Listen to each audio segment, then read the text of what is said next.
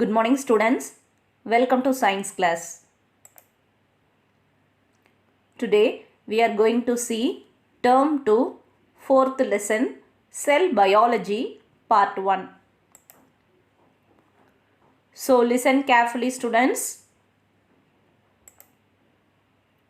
Make a note of important points. If you are having any doubt, note the question in notebook and it will be clarified on the day of reopening. Today we are going to learn about cell as a fundamental unit of life, plant and animal cell comparison.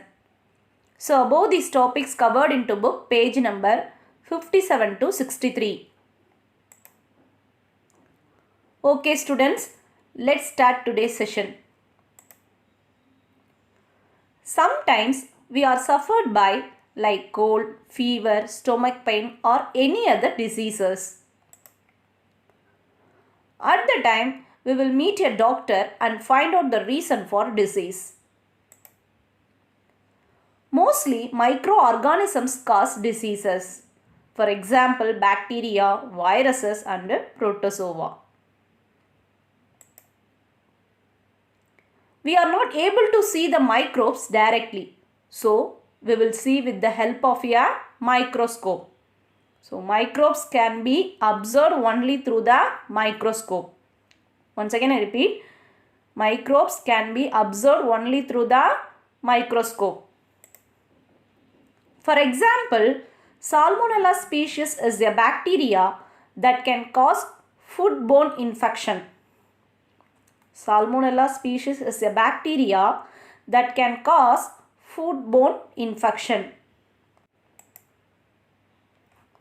Our earth is a beautiful place wherein different types of organisms happily coexist. Our earth is a beautiful place wherein different types of organisms happily coexist. If living things want to survive in this world means they need to perform basic functions such as nutrition, breathing, circulation and excretion. From minute mosses to huge conifers, invisible bacteria to huge blue whale, all have a basic unit called cell. Yes, all living things are made of one or more cells. Cell as a fundamental unit of life. Let's see briefly. The building wall is made up of numerous bricks. So, number of bricks join to form a building. Like that, our body also composed by the basic building block is called a cell. Our body also composed by the basic building block is called cell. So, what is cell? The basic functional unit of an organism is called a cell. Once again I repeat. The basic functional unit of an organism is called a cell. Structure of a cell represents the arrangement of parts or organelles in a cell. Function is the activity of each part or organelle in a cell. Once again I repeat. Structure of a cell represents the arrangement of parts or organelles in a cell. Organelles nothing but organ in a cell. Function is the activity of each part or organelle in a cell. See the picture. Mitochondria, lysosome, Golgi apparatus are the organelles present in the cell. Cell is mainly classified by two types. First one prokaryotic cell, second one eukaryotic cells. Single cell present in the organism is called prokaryotic cells. Example, bacteria. So, we can say it is unicellular organism. Next, many cells present in the organism is called eukaryotic cells. Example, animals and plants. So, we can say these are multicellular organisms. So, what is eukaryotic cell?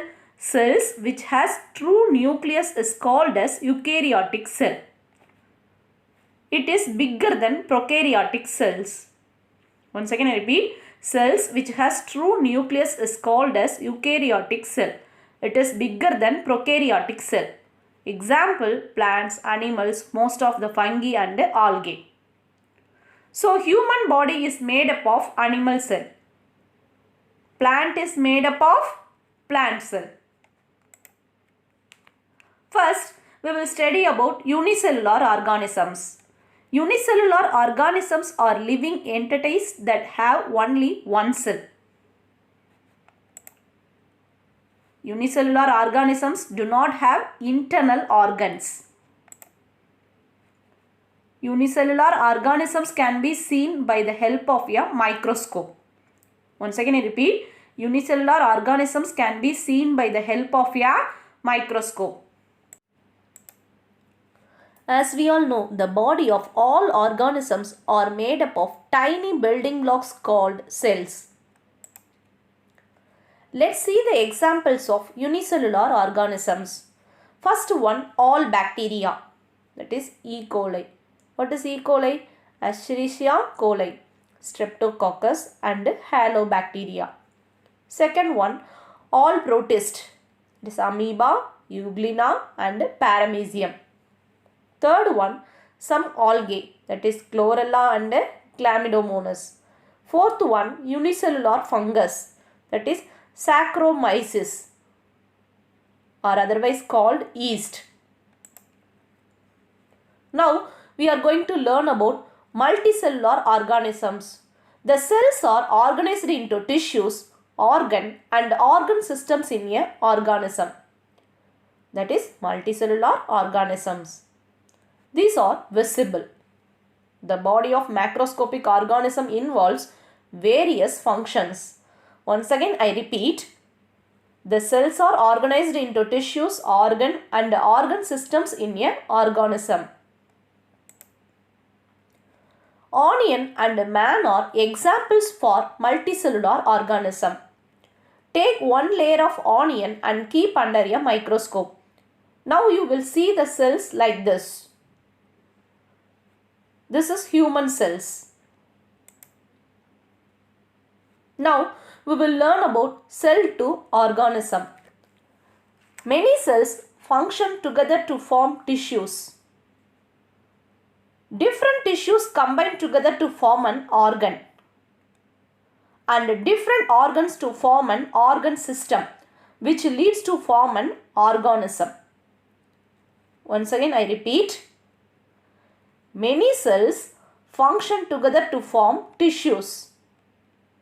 Different tissues combine together to form an organ and different organs to form an organ system, which leads to form an organism. This is a formation of human body. Like that, this is plant body. Number of cells join to give tissue, number of tissues join to form an organ, then different organs join to get a organ system, which leads to a organism. First, we will study about organisms. Many types of organ systems function together in a body. Once again I repeat, many types of organ systems function together in a body. For example, respiratory system, digestive system, circulatory system, etc. Next, we will study about organ system. Many organs together form an organ system, which is concerned with a specific function. Once again I repeat, many organs together form an organ system, which is concerned with a specific function. For example, respiratory system, which has organs like nostrils, nasal chamber, windpipe and lungs that helps in the process of respiration. Once again I repeat, the example is respiratory system, which has organs like nostrils, nasal chamber, windpipe and lungs that helps in the process of respiration. In a plant, the root system consists of primary root, secondary root and tertiary root, which does the function of conduction of water, mineral and also fixation. Once again I repeat, in a plant the root system consists of primary root, secondary root and tertiary root, which does the function of conduction of water, mineral and also fixation. Then we will study about organ. A collection of different tissues worked together to perform a specific function or functions is called an organ. Once again I repeat, a collection of different tissues worked together to perform a specific function or functions is called an organ. Our body has different organs like stomach, eye, heart, lungs, etc. are made up of different type of tissues. Our body has different organs like stomach, eye, heart, lungs, etc. are made up of different type of tissues. That is epithelial tissue, connective tissue, muscle tissue and nerve tissue. These are joined to perform a specific function of that particular organ. Like that, plants have organs such as leaves, stems and roots. These are composed of one or more tissues. Once again I repeat, plants have organs such as leaves, stems and roots. These are composed of one or more tissues. Next, we will study about tissue. Tissue is a group of cells organized for a specific function. Tissues have following features like same shaped cells or different shaped cells to perform a common function. For example, in muscle tissue, cardiac muscle cell, skeletal muscle cell and smooth muscle cell organized for a specific function. So in plant also have transport or vascular tissue, protective or dermal tissue and ground tissue. Once again I repeat, in plant also transport tissue, protective tissue and ground tissues are present. At last we will come to the basic unit of life. Yes, that is cell. The cell is a basic structural and functional unit of life. Cell is the building unit of living organisms. You can see in your hand how many types of cells are there to work together to perform its functions. That is bone cell, muscle cell, epidermal cell and nerve cells joined to perform a function of hand. So, cell is known as the basic unit of life. Let's see the function of circulatory system in a human body. In this system, blood is circulated to transport oxygen and nutrients to every part of the body. Circulatory system consists of the following: heart, blood and blood vessels. First, we will see the function of heart. As we all know, heart is divided into 4 chambers. That is, 2 upper chambers called auricles and 2 lower chambers are called ventricles. Right side of the heart receives deoxygenated blood from various parts of the body and pumps it into the lungs for oxygenation. Once again I repeat, right side of the heart receives deoxygenated blood from various parts of the body and pumps it to the lungs for oxygenation. The left side of the heart receives oxygenated blood from the lungs and pumps it into different parts of the body. Second one is blood. Blood transports nutrients, oxygen, waste and hormones. It regulates water level and the body temperature. Third one is Blood vessels. Blood vessels consist of arteries and veins. Arteries carry oxygenated blood. Veins carry deoxygenated blood. Once again I repeat, circulatory system consists of heart, blood and blood vessel. So in circulatory system, blood is circulated to transport oxygen and nutrients to every part of the body. Once again I repeat, many cells function together form tissues. Different tissues combine together to form an organ and different organs to form an organ system, which leads to form an organism. Now we will learn about comparison of plant cell and animal cell. In plant cell, cell wall is present, but in animal cell, cell wall is absent. In plant cell, there is a large vacuole, but in animal cell, small or no vacuole. In plant cell, chloroplast is present, but in animal cell, chloroplast absent. In plant cell, flagella only in gametes, but in animal cell, flagella present in most of the organelles. Here, mitochondrion, Golgi apparatus, rough and smooth endoplasmic reticulum, nucleus, cytoplasm and ribosomes are the organelles present in both animal and plant cells. Now we will learn about human cells related to functions, different types of cells. Our body is made up of many different kinds of cells. Our body is made up of many different kinds of cells.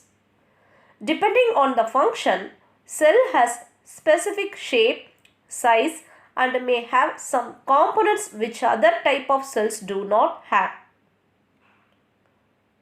Once again I repeat, depending on the function, cell has specific shape, size and may have some components which other type of cells do not have. See the picture, there is a difference between brain cell and liver cell. Liver cell and muscle cell. Muscle cell and blood cell. So, our body is made up of many different kinds of cells. So, what is inside a cell? Inside a cell, there are many tiny structures called cell organelles. They work to bring in food supplies, get rid of waste, protection and repair of the cell and help it to grow and reproduce. Listen students, inside a cell there are many tiny structures called cell organelles. Organelles nothing but organ. They work to bring in food supplies, get rid of waste, protection and repair of the cell and help it to grow and reproduce. Each one has a specific function to do for the cell, and if any one organelle stops its function means then the cell is programmed to die. Now we will learn about the structural organization of the cell. A typical cell consists of three major parts. First one, an outer cell membrane. Second one, a liquid cytoplasm. Third one, a nucleus. First we will see cell membrane, otherwise called gate of the cell. Cell membrane holds and protects the cell. It controls the movement of materials in and out of the cell. In plant cell, there is a cell wall present. In animal cell, cell wall is absent. That is, cell membrane is present. It is a gate of the cell. Next one, cell wall. Cell wall otherwise called supporter and protector. Plant cells have an additional layer on the outer side of the cell membrane. This is called as the cell wall. What is cell wall? Plant cells have an additional layer on the outer side of the cell membrane. This is called as the cell wall. Cell wall surrounds and protects the cell. It makes the cell stiff and strong. Cell wall make the cell stiff and strong. The cell wall is formed from various compounds, the main one being cellulose. The cell wall is formed from various compounds, the main one being cellulose. Cellulose helps to maintain the shape of the plant cell. This allows the plant to remain rigid and upright even if it grows to great heights. So the plant heights determined by cellulose. Once again I repeat, the cell wall is formed from various compounds, the main one being cellulose. Cellulose helps to maintain the shape of the plant cell. This allows the plant to remain rigid and upright even if it grows to great heights. Each cell is interconnected with its neighboring cells through openings called plasmodesmata. See the picture, students.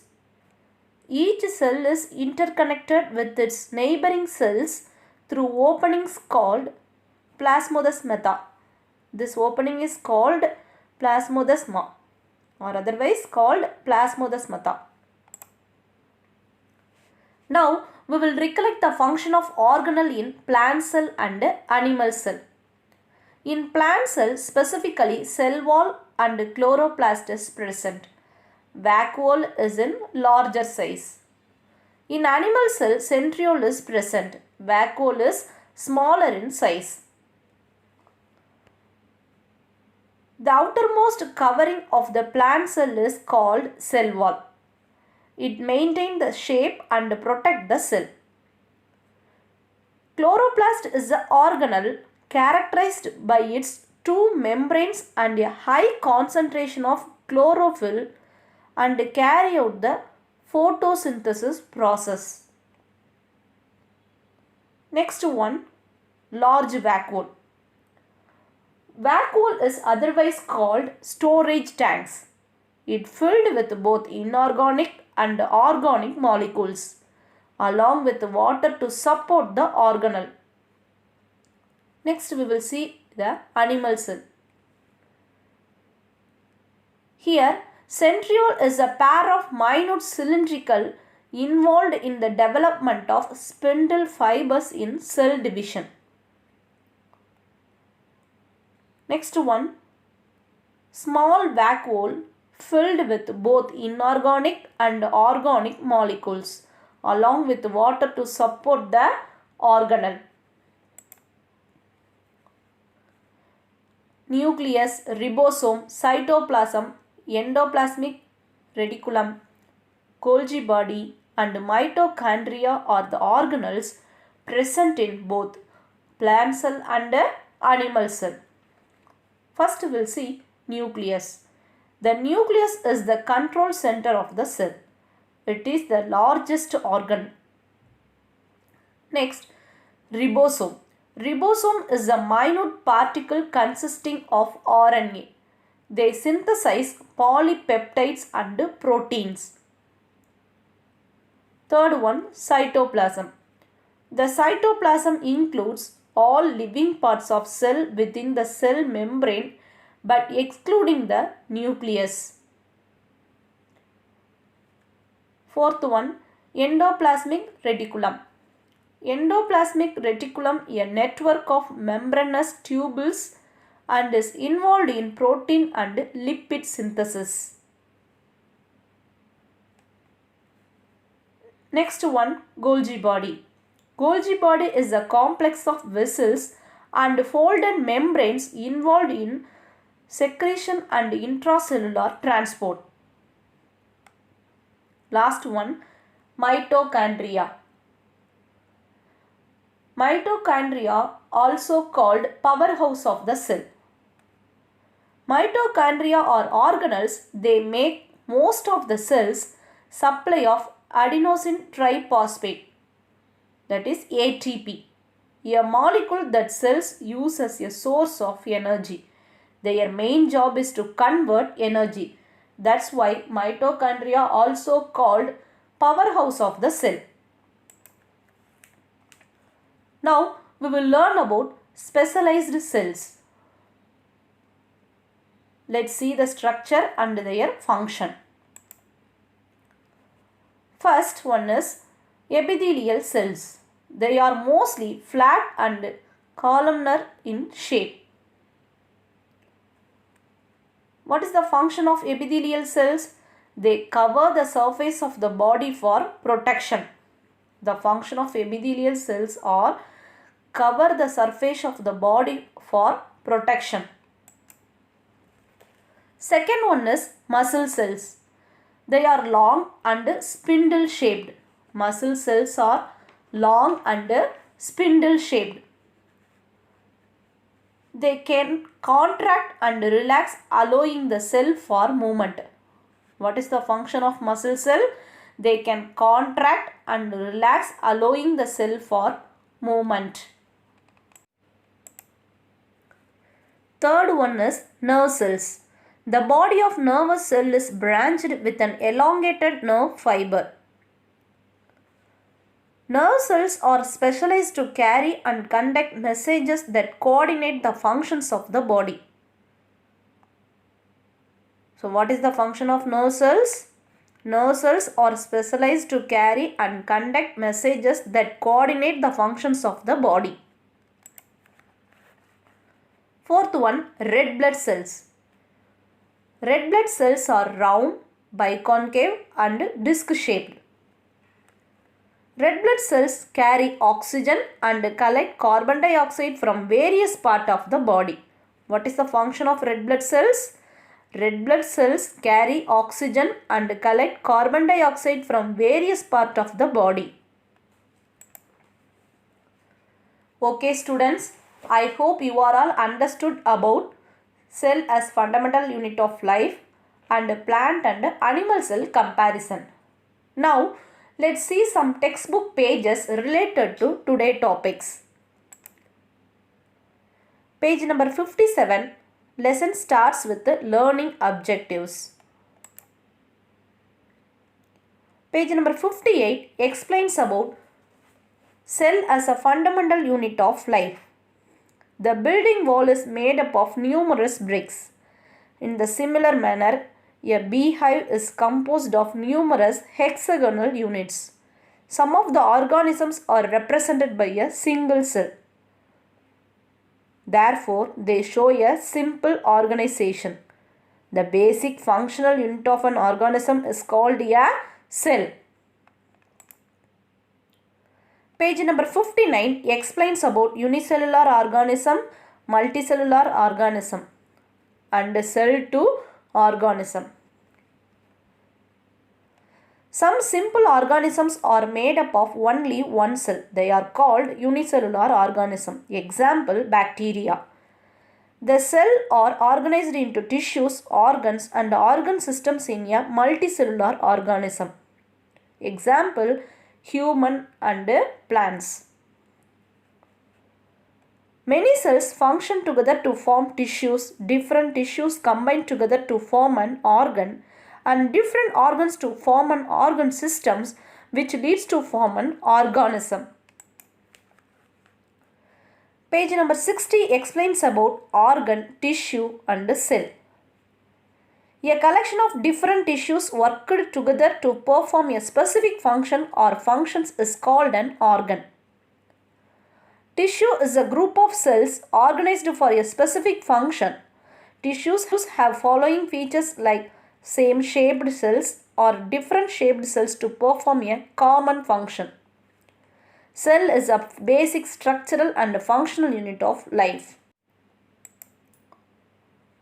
Page number 61 explains about human cells related to functions, different types of cells. Yes, our body is made up of many different kinds of cells. Each type of cell is specialized to perform a specific function.